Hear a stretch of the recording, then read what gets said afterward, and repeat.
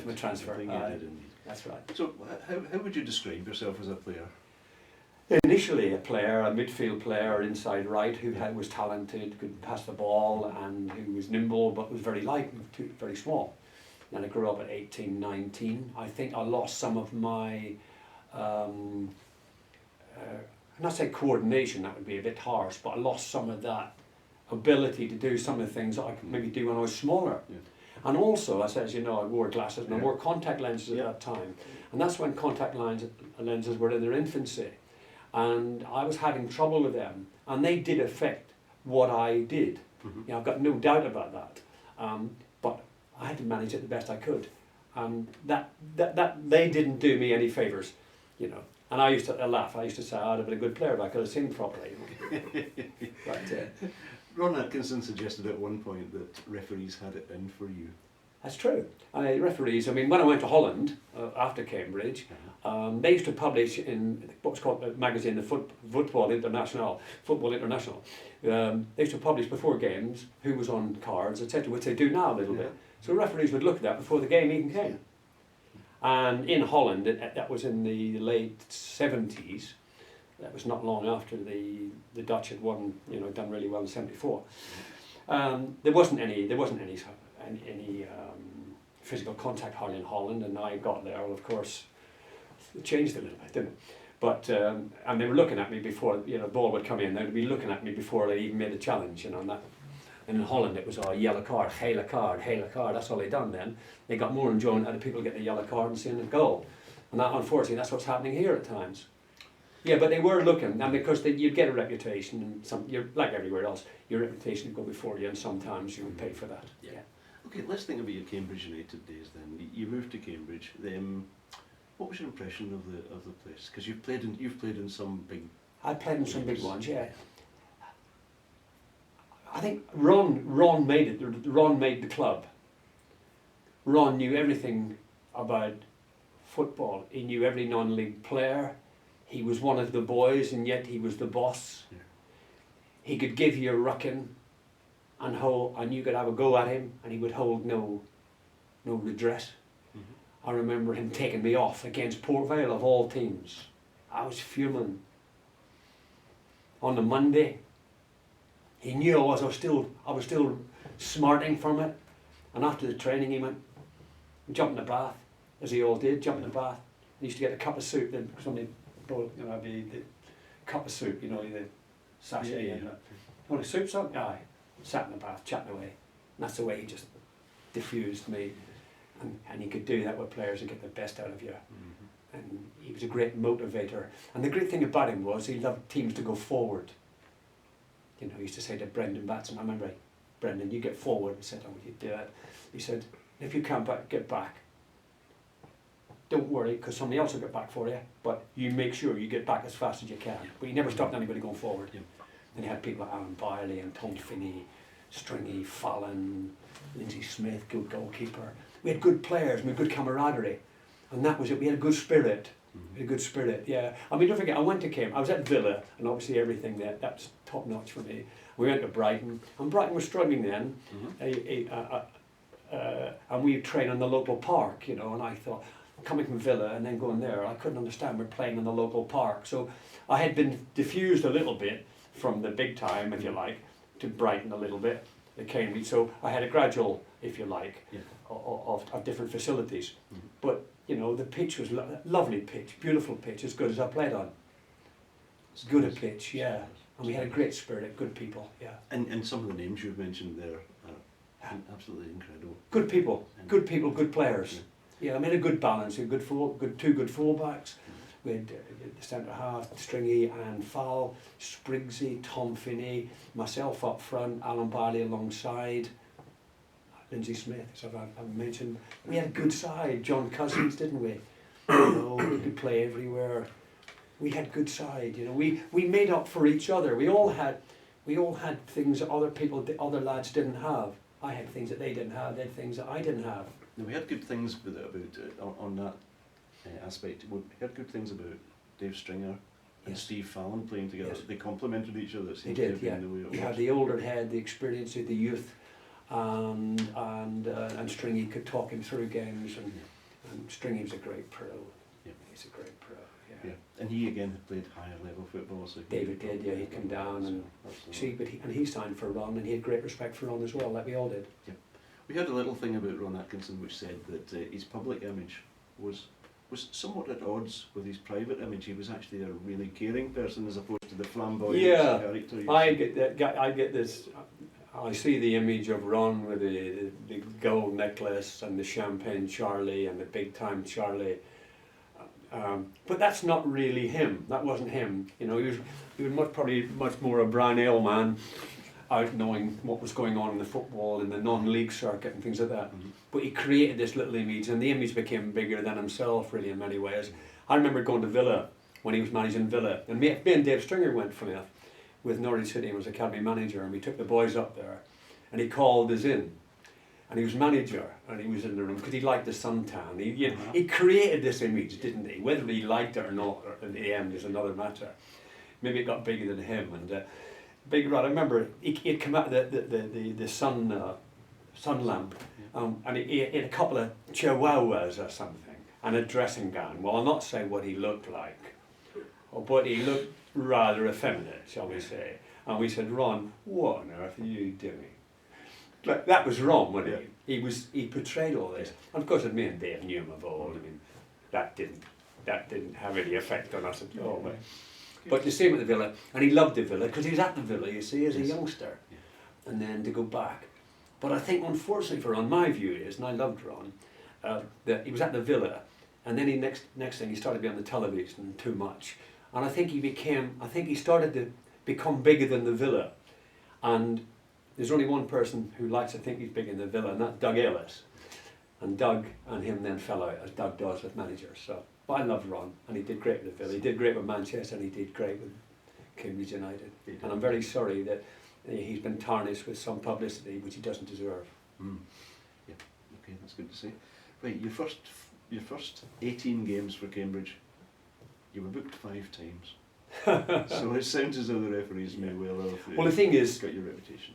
Yeah, you were always walking a line, weren't you? And I think as a centre forward, you did, and you give it and you took it in those days. Now, I mean, there's contact now, and any contact now is blown, isn't it? Yes. It's not a contact game now; it's an interception game, isn't it? That's what they say. You don't win tackles now; you intercept, and that way you don't get booked.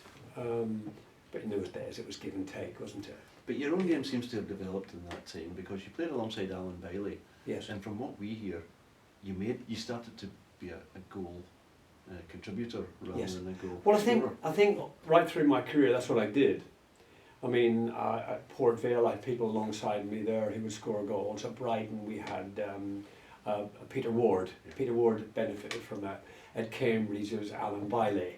You know, and then when I was playing in Holland, again, there was people alongside me that benefited from that, and that was.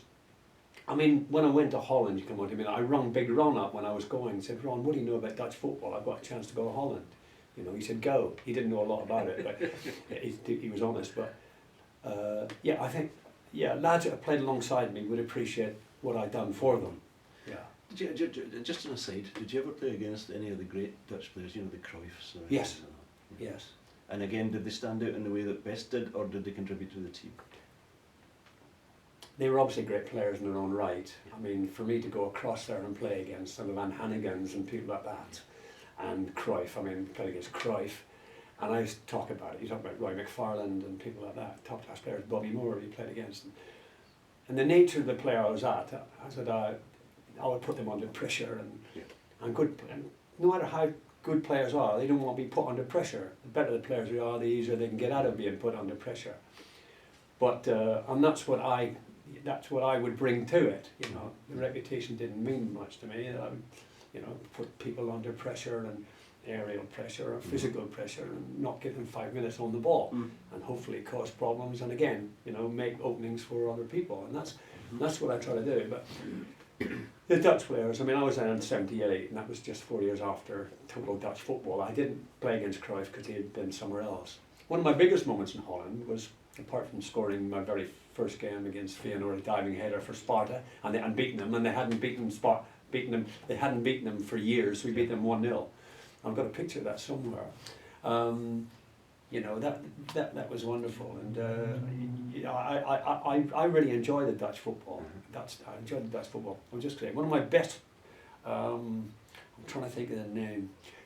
What's the name of the fellow who's the big Danish midfielder who was a Tottenham director of football, etc. Well, we'll come to it later and remember. Yeah. Okay. Good. But I played against him at Groningen. He's one of the best midfielders. Frank Arneson. Sorry, Yeah. Frank Arneson. I was at Groningen. I'd come back from a knee operation, and we were playing Ajax one night, pre-season. And the trainer, Theo Verlangen, said to me, "Sammy, I'd like you to play midfield." "Theo, are you sure, trainer?" We used to call him a trainer. "Are you sure, trainer?" "Yes." He said, "With so-and-so's injured, do you think you can do it?" "Well, I'm not a midfielder, trainer, but I will play there." And I played midfield against Ajax, and my opposite number was Frank Arneson. And I did well. At the end of the game, I sat down in the dressing room, and I just touched my pal, whoever it was, alongside me. I said, when I finish my career, I will look back and they'll say, what was one of your best moments? I'll say playing midfield, left midfield against Ajax, against one of the best midfielders in the world, Frank Arneson. Yeah. So there you go. And there you go, and you're talking about it now. So what did I do that night? I think I just did my best, and I closed people down and did as much as I could. Yeah, and I did okay. So back to your Cambridge United days. Ron Atkinson left. Yes. He went off to West Brom, didn't he? Yes. And then it was John Docherty and Paddy Sadden. Yeah, they worked together. Yeah. Yeah. Okay. Did they work together, or did they have distinct roles? Well, they had distinct roles. Yeah. I think initially they were together, but I think it evolved, and John Docherty took the lead. Yeah. Different characters. Different characters. Ron Docherty was Ron's aide initially, and but he took over. I missed Ron dreadfully. I missed Ron's honesty, drive, enthusiasm, and selection. And Docherty brought in Gordon Sweetser. And my crossing point, we were playing Colchester one evening. I played all season under Ron. We were top of the league. We played at Colchester one evening, top of the table clash, Friday night at Leigh Road, dirty night. The night just for Sammy Morgan to play up front against Colchester. I'm putting my contact lens in. I've taken my tie off. My tie's on the rack, on the peg. I've got one lens in, and he says, "Sammy, don't bother." I said, "Why?" He said, "You're not playing." "Sorry, this is an hour before kick-off." "Sorry?" I said, "Am I sub?" He went, "No." That's how I knew. I really wanted to kick up there and then, but I had too much respect for all my teammates. Yeah. And I watched the game and we got beat 2-0. I didn't want to get beat, but I wanted him to get beat because he let me down. And I had a bit of a ruck with him then. There was a reserve game on the Tuesday, on the Monday, and I said, "I'm not playing for you on Monday." He said, "Oh, you've got to play." I said, "I'm not playing, I'm telling you." I said, "You're treating me like that, I'm not playing." So I fell out with him. I didn't play on the Monday night. I was fined, but I was back in the team on Saturday. So I made my point. But we didn't get on, and but he still had to play me because I was doing okay. And then just towards the end of the season, as you know, I got injured 4 matches before the end of the season, and we were wobbling a bit. And then it comes on to probably the next question you're going to ask me. It is indeed. Last game of the season, the one that all Cambridge United fans want to know about a little bit. Last game of the season, you're playing Exeter. You have to win to clinch promotion. Have to win to get promotion. Yeah. Their home record was fantastic. Yes. They had done remarkably well. Nerves seem to have affected the team in some way, shape or form, perhaps the occasion, who knows. Exeter were on top, and there was a Cambridge-born keeper playing that night, Richard Key. Richard Key. The famous Richard. Tell us the Richard story. Richard Key, and it's even more remarkable because Docherty signed him at a later date. But anyway, the build-up to that game, we had to win this game to get promotion. But by 3 weeks prior to that, we were playing at Swindon. This is quite a funny story. We were playing at Swindon, and We were going to Swindon, and I think we were a player short. Dave Stringer and me are sitting on a bus saying, Davey, who's playing tonight? What's the team? He said, I don't know, Sammy. He said, we're a player short. Yeah. Anyway, we stopped along the way and we picked somebody up, somebody called Freddie. And Freddie was a forklift driver. And ever since then, he's been known as Freddie the forklift. So we were saying, on the way down, Dave, this lad's come in. We haven't got a clue. What happens if somebody gets injured and he has to come on, Dave, and nobody knows anything about him, about playing, what position, all of that? Dave said, this is crazy, Sammy, isn't it? We're going for promotion, we're picking somebody, we haven't got a clue who he is. Needless to say, who got injured? Me. Big ball over the top. I'm going through, keeper comes out, keeper does me this time. Does me. Freddie, the forklift, comes on and plays. I'm not sure whether we got beat that night. Anyway, so I'm out for a couple of weeks and I'm desperate to play, but I can't. My ankle's up like a balloon. Exeter coming last game this season. We managed to get some points, I think, but then Docherty comes to me. I need you. Classic. I need you, Sammy. I can't walk. He said, I need you. He said, we'll get the doctor to give you a jab. Okay, I'll do it. Of course I will. So, story attached to this. I'm down at the ground. I'm waiting for the doctor to come. I can't remember the doctor's name. Terrible, really. I'm sorry, but if he hears this doctor, I'm sorry I forgot the name. I'm waiting for the doctor. 2 o'clock comes. 2:15 comes. I've got my boot on. I can hardly walk. Never mind run. Doctor finally arrives, coming in flustered. Where you been, Doc? I'm desperate. A dog had got knocked over somewhere along the way. The doctor stopped. He's helping the dog survive. And Morgan's waiting with the championship game getting on. And he's waiting for a jab, and the doctor hasn't arrived. I said, well, as long as the dog's all right, that's more important than me. So anyway, he gives me the jab. Anyway, it lasts first half. Second half, it's beginning to wear off. I'm thinking, oh, it hurts. And Doc says to me, it's not, the game is dead as a doornail. We're not going anywhere. Doc says, get warmed up. And don't forget, I can hardly walk. Up I get, jog up, I'm in agony up. I thought, I'm struggling here. And as I'm warming up, Exeter score. As I'm warming up, I think, this is going to be hard, isn't it? I can't let anybody down here. Anyway, on I come, strapped up. Anyway, first ball comes across. I think Keys and me met. Keys and me met. And so that was the start. And then I think at a later date, he then knew I was around. And the place lifted. And we scored. And then later on, I think the unofficial version, I think I mentioned earlier, the unofficial version was we had a corner that Morgan had spotted the goalkeeper. He viewed him from about 25 yards. He made a run like a missile, hit the goalkeeper. Keeper was hit so high he could tell what was growing in the allotments behind the goal.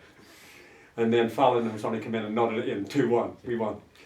And ironical thing is, Keys was signed after that, so he must have done well before I come on. But everybody remembers that, and it was a good day. Yeah. It was a good day, and that's in the same way that would be remembered at Villa for the Bob Wilson incident. The Cambridge one is a Richard Keys. Yes, indeed. No disrespect to Richard Keys, but that's how it happened. And Steve Fallon's comment was... And Big Foul scored. Yeah, his comment was, it just landed on my head. Just landed on my head, yeah. There was a lot of punching going off the ball when he headed it. Yeah, great. But that was obviously, in a different way from your Brighton days and your Villa days, that was a big moment in your career, wasn't it? It was something, it was an achievement, wasn't it? It was an achievement, and you know, to do that with what we had in the small club that we were. Okay, we had a big manager who later on became a big manager, but you know, to mid-season, you know, have to change and then get through, get through it and still win it and come out of it, it was a huge achievement for Cambridge. The year before, they'd only just come up. Yes. And great satisfaction for you as a player because you've done it now. And for me, you see, why did I join Cambridge? Yep. To play regularly, and to prove that if I had been at Brighton and played regularly, Brighton would still have gone up. Yeah. You know, so in my heart told me, well done, son. So that was an achievement, you see. Yeah. And that's why then I was chuffed, because then I was ready to play what would have been all second division then next year, but it wasn't to be. Okay, 78, 79 then, you've just been promoted, and that's when you left the club. Now, there are numerous stories going around as to why, but what's the truth? Truth of the story is, Docherty didn't really want me there. Right. He wanted a replacement. I had leased a house there for that season, 78, 79. Mm-hmm. So I had no reassurance I was going to stay there for another year. So I didn't lease it for another year. And parents lived at Great Yarmouth, I thought, well, I'll travel down. And I travelled down for that pre-season until I could get something sorted with them. But it wasn't forthcoming. It wasn't forthcoming. And I travelled all the way down, played pre-season under Docherty, trained hard all that pre-season. And on the Friday of the Sunderland game on the Saturday, he told everybody to report for training on the Saturday morning. Yeah. Which to me was ludicrous. On a Saturday morning, the first match he wanted us in training in the morning of the game.